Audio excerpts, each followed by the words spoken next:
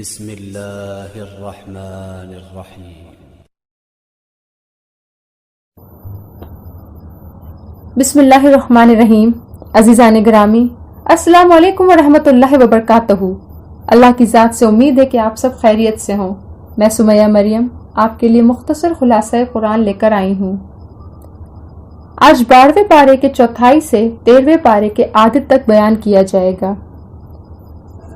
نوح علیہ السلام کی قوم کا انجام بیان کرنے کے بعد ہود علیہ السلام کی قوم عاد اور صالح علیہ السلام کی قوم سمود کے عبرت انگیز انجام کو بتایا تاکہ قریش کو عبرت اور قیامت تک آنے والے سرکش لوگوں کو نصیحت ہو۔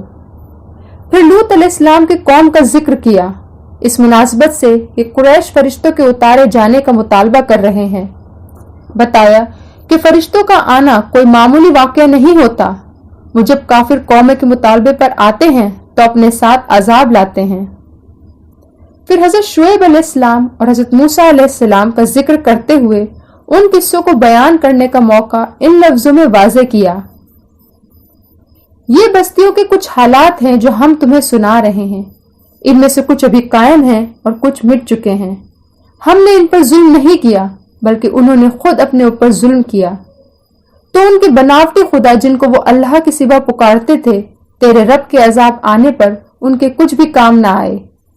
تیرے رب کی پکڑ جب وہ بستیوں کے ان کے ظلم میں پکڑتا ہے اسی طرح ہوتی ہے، بے شک اس کی پکڑ بڑی ہی دردناک اور سخت ہے۔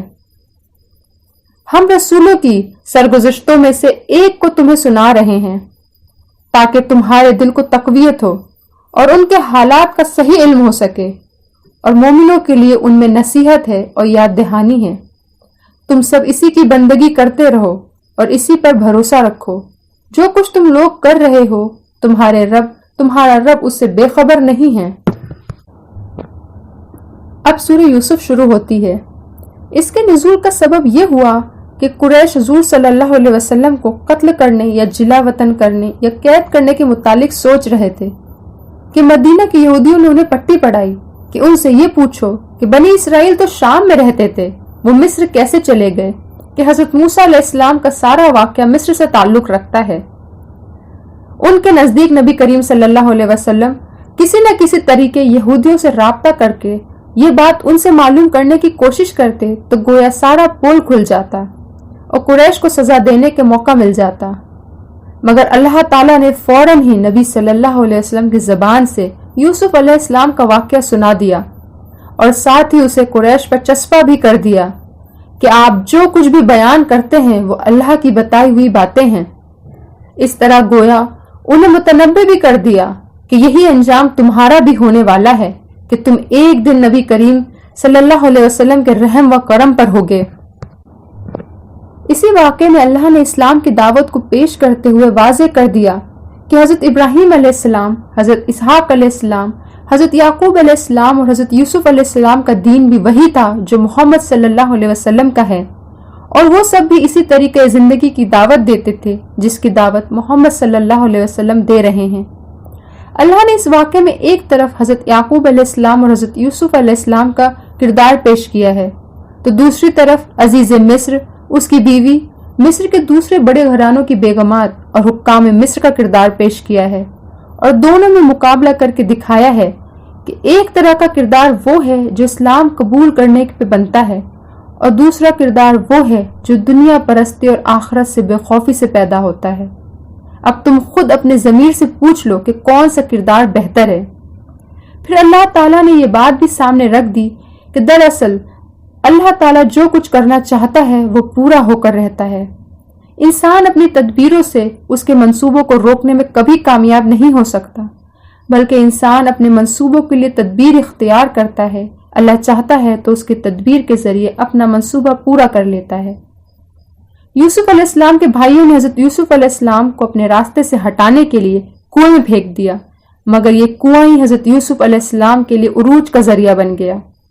اسی طرح عزیز مصر کی بیوی زلیخا نے حضرت یوسف علیہ السلام کو قید خانہ بھجوا دیا، اس بات کا انتقام لیا کہ انہوں نے اس کے غلام ہونے کے باوجود اس کی خواہش کو پورا کرنے سے انکار کر دیا تھا، مگر یہی قید خانہ ان کی تخت سلطنت پر بیٹھنے کا ذریعہ بن گیا، اور اسے اور اسے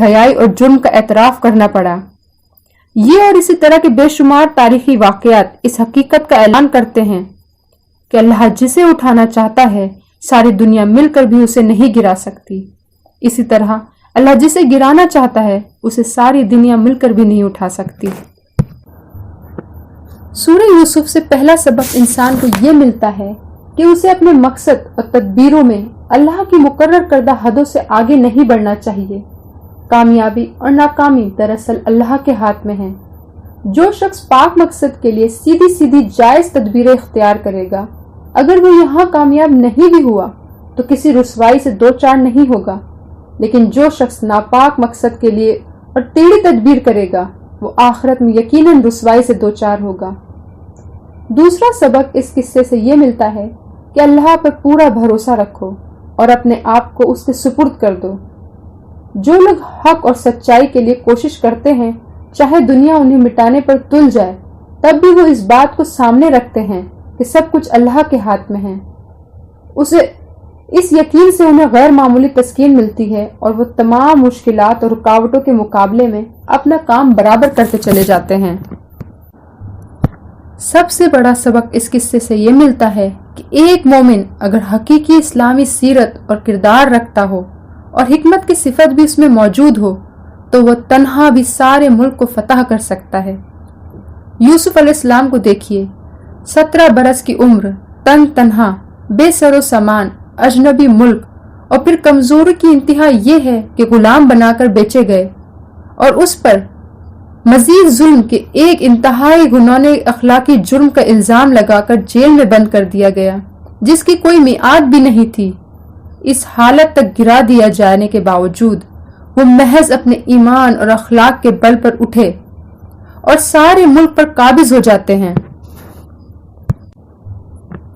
جب حضرت یوسف علیہ السلام کے خواب کی تعبیر پوری ہوتی ہے، ماں باپ مصر پہنچ جاتے ہیں اور وہ ماں باپ کو اٹھا کر اپنے تخت پر بٹھاتے ہیں اور تمام لوگ جن میں ان کے بھائی بھی شامل ہیں تعظیماً ان کے سامنے جھک جاتے ہیں تو حضرت یوسف علیہ السلام کو اپنا خواب یاد آ جاتا ہے اور وہ اپنے والد سے کہتے ہیں، ابا جان، یہ ہے میرے اس خواب کی تعبیر جس میں نے سورج، چاند اور 11 ستاروں کو سجدہ کرتے دیکھا تھا۔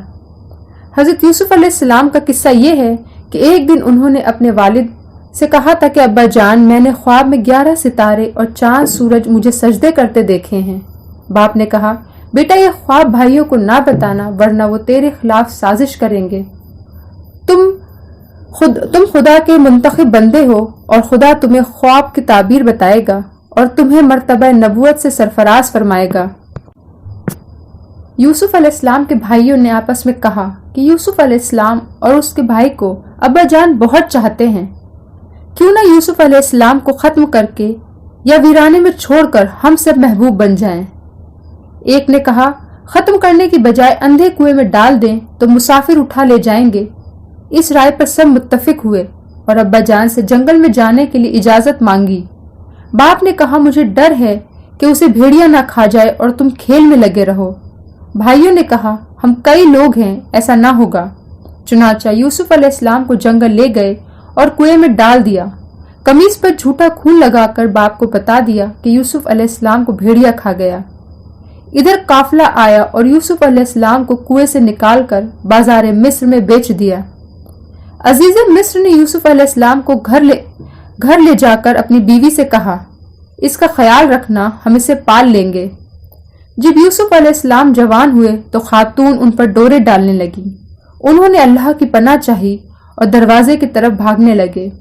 عورت نے قمیص پکڑ لی، وہ پھٹ گئی۔ دروازے پر شوہر ملا۔ عورت نے یوسف علیہ السلام پر الزام لگایا اور سزا کا مطالبہ کیا۔ یوسف علیہ السلام نے کہا، یہ مجھے پھانس رہی تھی۔ ایک شخص نے فیصلہ کیا کہ اگر قمیض آگے سے پھٹی ہو تو یوسف علیہ السلام گنہگار ہیں اور پیچھے سے پھٹی ہو تو خاتون گنہگار ہیں۔ قمیض دیکھی گئی تو وہ پیچھے سے پھٹی ہوئی تھی۔ شوہر نے کہا، عورتیں چلاک ہوتی ہیں یوسف، اس معاملے کو درگزر کرو۔ شہر میں عورتوں کے درمیان چرچا ہوا کہ عزیز مصر کی بیوی اپنے غلام پر فریفتہ ہے۔ اس نے شاندار دعوت کی اور تمام خاتونوں کو بلایا، ہر ایک کو پھل اور چھری دی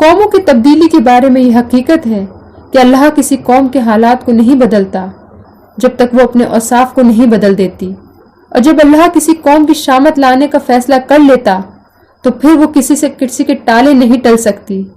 کیا اللہ کے مقابلے میں کوئی کسی کا مددگار ہو سکتا ہے؟ حق و باطل کی کشمکش کو عجیب مثال سے سمجھایا کہ اللہ نے آسمان سے پانی برسایا اور ندی نالے اپنے ظرف کے مطابق اسے لے کر چل نکلے، پھر جب سیلاب اٹھا تو سطح پر جھاگ بھی آ گئے، اور اسی طرح کا جھاگ ان دھاتوں پر بھی اٹھتے ہیں جنہیں زیور اور برتن بنانے کے لیے پگھلایا کرتے ہیں۔ جو جھاگ ہے یعنی باطل وہ اڑ جایا کرتا ہے، اور جو چیز انسان کے لیے نفع بخش ہے یعنی حق وہ زمین میں ٹھہر جاتی ہے۔ اس طرح اللہ مثالوں سے اپنی بات سمجھاتا ہے۔ آج کا بیان ختم ہوا۔ اے ہمارے رب، تو خوب جانتا ہے جو ہم چھپاتے ہیں اور جو ظاہر کرتے ہیں۔ زمین و آسمان کی کوئی چیز اللہ سے پوشیدہ نہیں۔ اے ہمارے رب، ہماری دعا قبول فرما۔ اے ہمارے رب، مجھ کو اور میرے والدین کو اور مومنوں کو حساب والے دن بخش دینا۔